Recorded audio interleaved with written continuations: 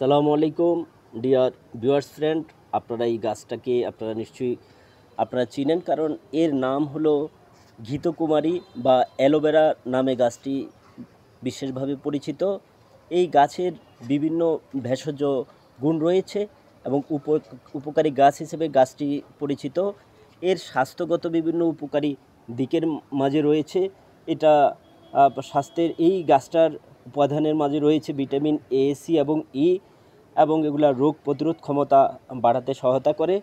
এবং চুলের যত্ন, গাছটির নির্যাস ব্যবহার করা হয় চুল পড়া বন্ধ করে এবং চুলকে মজবুত করে, এবং ত্বকের বিভিন্ন সমস্যা যেমন ব্রণ বা দাগ কমানো ইত্যাদি কাজও অ্যালোভেরা গাছের নির্যাস ব্যবহার করা হয়।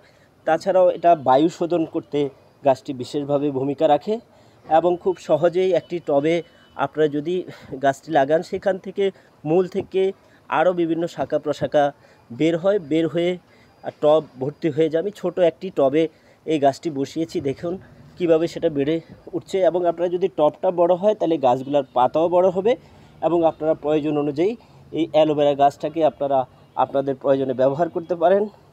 এই অ্যালোভেরা গাছ সংক্রান্ত যদি আপনাদের কোনো প্রশ্ন থাকে, আপনারা কমেন্টস করে জানালে আমি ফ্রি হয়ে উত্তর দেওয়ার চেষ্টা করব। সবাই ভালো থাকবেন, বেশি বেশি করে গাছ লাগাবেন। ধন্যবাদ।